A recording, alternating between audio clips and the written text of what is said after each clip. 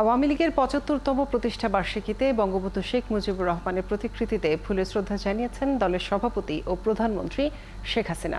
সকাল ৭টায় ধানমন্ডির ৩২ নম্বরে এ শ্রদ্ধা জানান প্রধানমন্ত্রী। পরে আওয়ামী লীগ সভাপতি হিসেবে দলের শীর্ষ নেতাদের নিয়ে আবারও বঙ্গবন্ধুর প্রতিকৃতিতে শ্রদ্ধা জানান তিনি।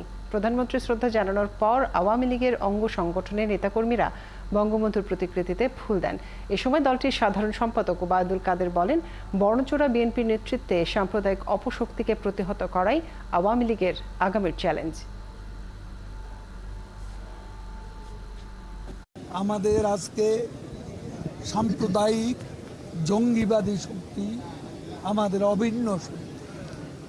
এই অভিন্ন শত্রু বিএনপির নেতৃত্বে ঐক্যবদ্ধ।